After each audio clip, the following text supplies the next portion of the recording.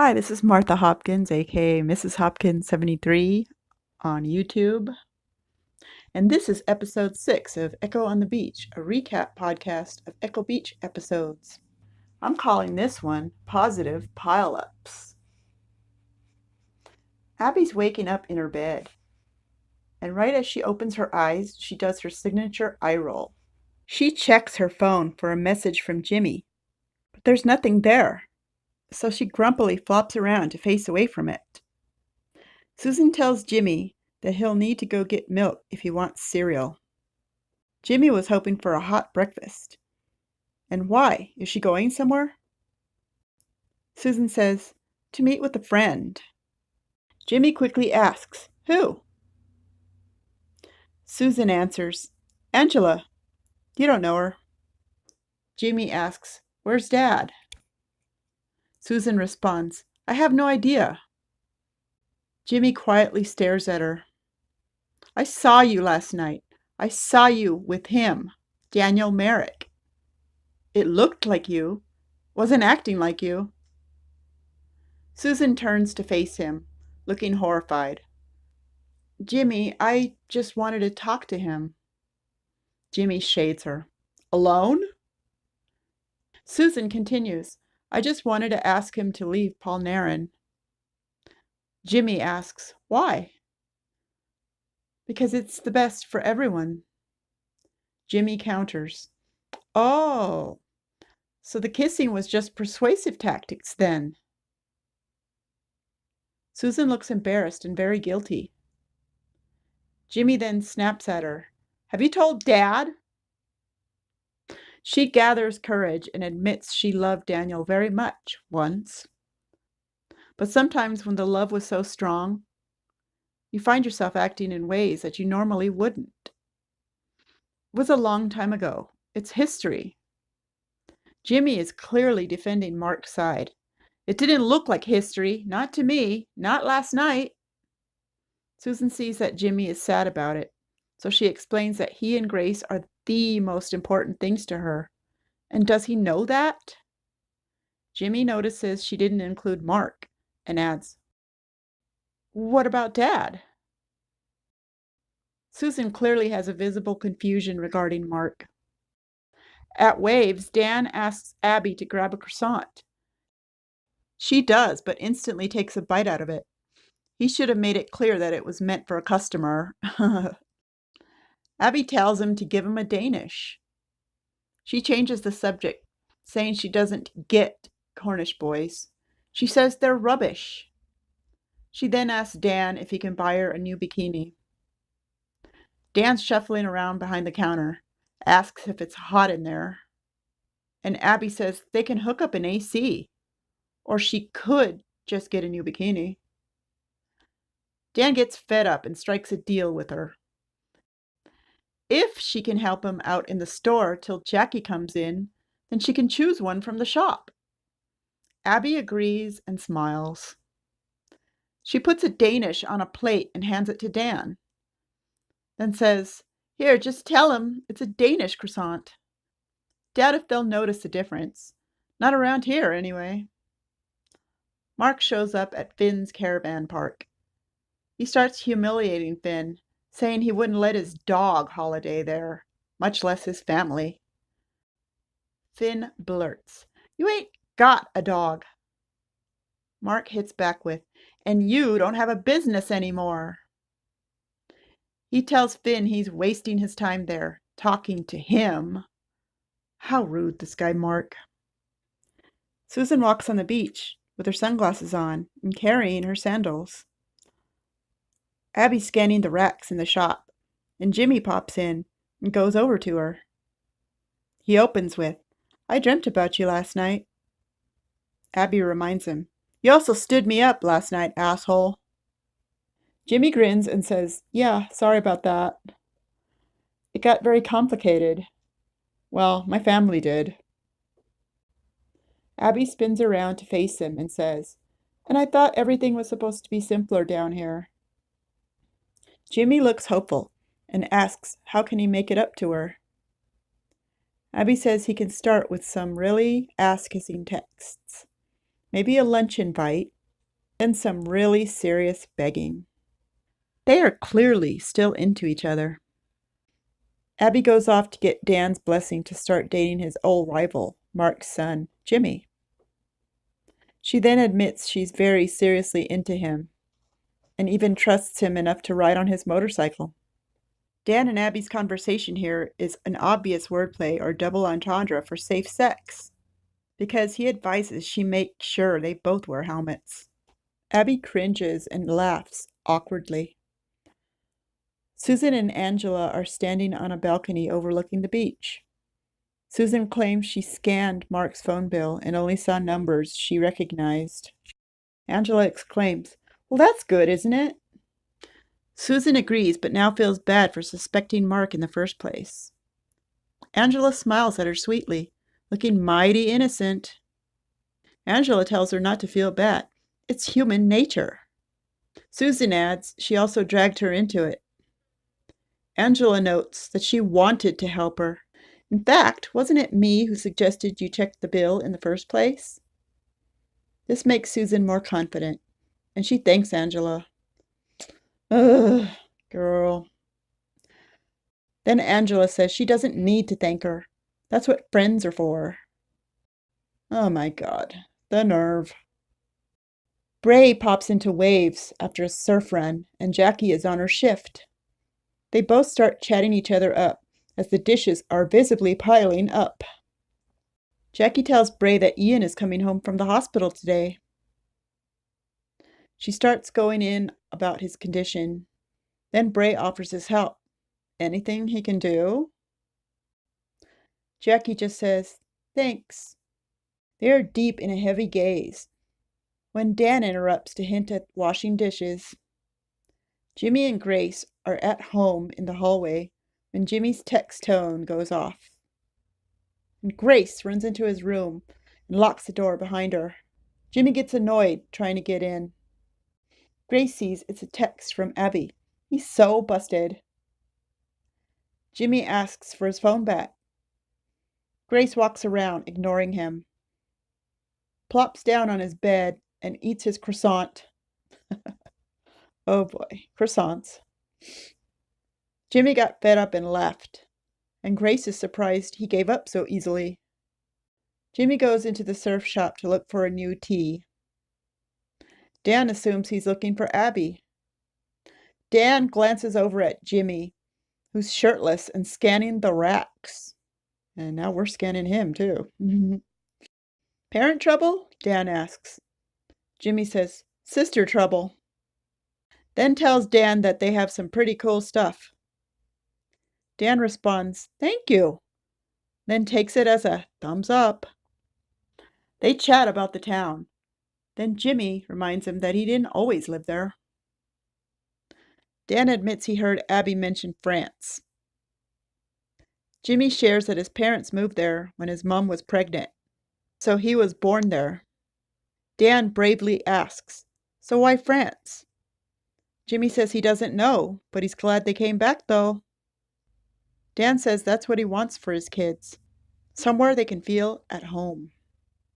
He starts to feel awkward and grabs a light blue tee, holds it up to Jimmy, and says it suits him. Later in the day, we see Dan walking with Finn around Finn's trailer park. Finn basically says he's going to need more magic to fix the park up. Dan says he remembers when the place first opened. Finn says, "Well, that makes me feel older than I am." Dan leads to his question for Finn.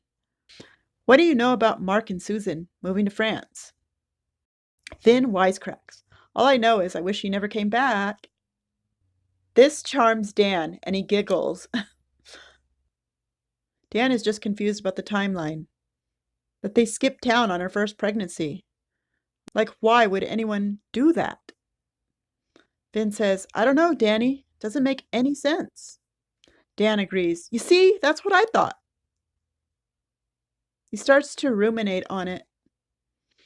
There's a nice beach montage at this point. Enjoy.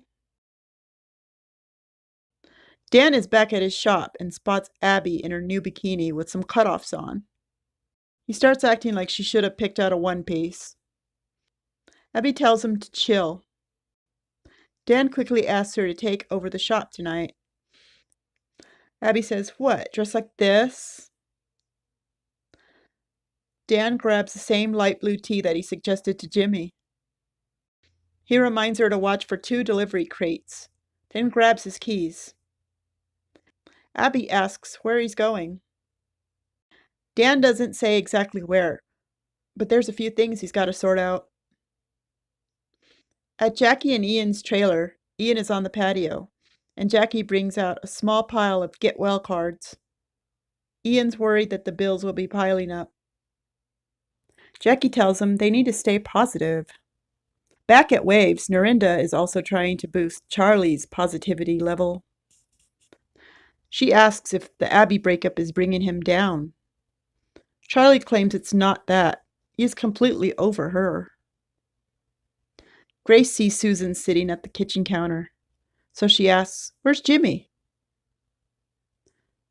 Susan says, "Probably at the beach." Grace asks, "Where's Dad?"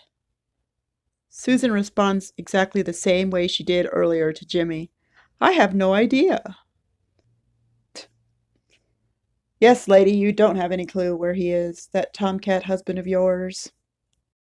Grace grabs a carton of OJ to chug on while Susan fingers a fruit.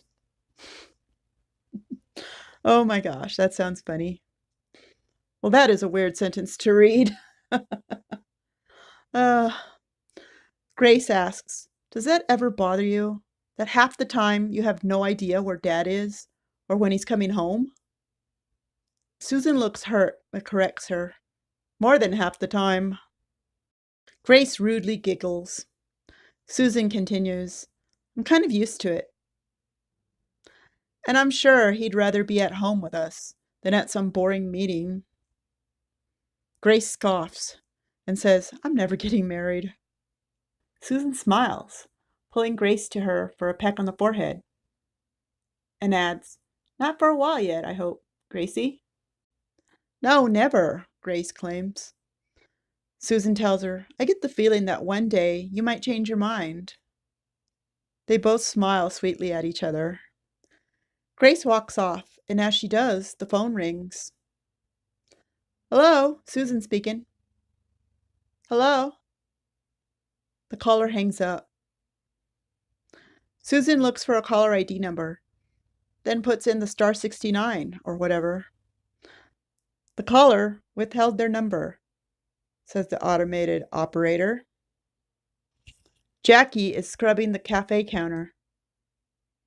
Bray asks how Ian is doing. Jackie responds less enthusiastically, "He's fine, thanks." Bray senses there's trouble in paradise. "It's important to keep your spirits up, get back on the horse and all that." Jackie says Ian hates horses. What? Bray offers Jackie a beer. She perks up just as Bray was putting them away. Jimmy finds Abby working at the surf shop. They both notice they have on the same blue tee. Oh. Jimmy looks like he's about to kiss Abby, but instead he whispers, "Come on, let's go." They both ride off on his bike. Jackie and Bray are giggling, having finished a 6-pack of beers, when Ian pops in behind them. Jackie tells him, "You were supposed to be resting." Ian responds, "You were supposed to be working." He grins at Bray. "Paying her in beer, are ya?" Bray asks him how he's feeling. "Frazzled," says Ian. "We'll get through it, won't we, Jackie?" Jackie looks bummed, but agrees. Jimmy and Abby arrive at the beach caves and start making out. Jackie thanks Bray for the beers. He watches Ian walk off with Jackie to take her home. Bray looks down at her apron she left behind, and he starts feeling blue. Abby and Jimmy stop mid-snog, and she notices a bulge under her leg. He pulls out a deli sandwich out of his pocket. Says he forgot his lunch. Then they carry on after a nice giggle. At Ivy's bar, Dan asks how much does he owe her for his beer. Ivy says, already been paid for. Then nods towards Mark and Susan at the end of the bar. Mark holds up his glass of beer. He spins Susan away from the group. Dan is determined to get to some straight facts. Gossipy Ivy whispers, after you left, they just up and went, the two of them. Dan asks, how long exactly? He's trying to get the proper timeline mapped out. 4 months. I only know that because I was left in the lurch after Susan promised she'd help me out. Then she fell pregnant and had Jimmy soon after. Dan looks queasy at the thought that his daughter and possible son may be out together somewhere. Dan interrupts her. Finn, there's something I've got to stop from happening now. He runs out and Ivy and Finn both stare at him with puzzled expressions. Jimmy reaches up Abby's back, asking if she's wearing anything under her new tee. Abby says, just my new bikini. It's pretty tricky to undo. Open sesame, says Jimmy, making Abby laugh. Dan's running around like a chicken without a head, searching for them. Abby complains she thought he was going to take her somewhere special. Jimmy's surprised she's not that impressed. Abby's just concerned that the sand has a habit of getting into things. Right into every little. They are hardcore making out now. Dan's frantic, checking the storefronts. Jimmy stops and tells Abby he can wait. Abby seems full steam ahead. She kisses him more, then takes his hand to place on her heart. She says she can't wait. Dan runs upstairs to Abby's room. No one there. Jimmy says, come on. Abby asks, where are we going? Jimmy says, somewhere without sand. They drive off again. Dan's back in his shop downstairs, and he hears a familiar sound. It's Jimmy's motorcycle. He watches them drive away. And that's the end of episode 6. So yeah, lots of piling plates, cards, bodies even. I hope you liked the ups and downs of this one. This one was pretty funny. Oh boy. Ring the notification bell for more beach goodness. Bye! Ring the notification bell for more beach goodness. We'll get through it, though, won't we, Jackie? Oh, God.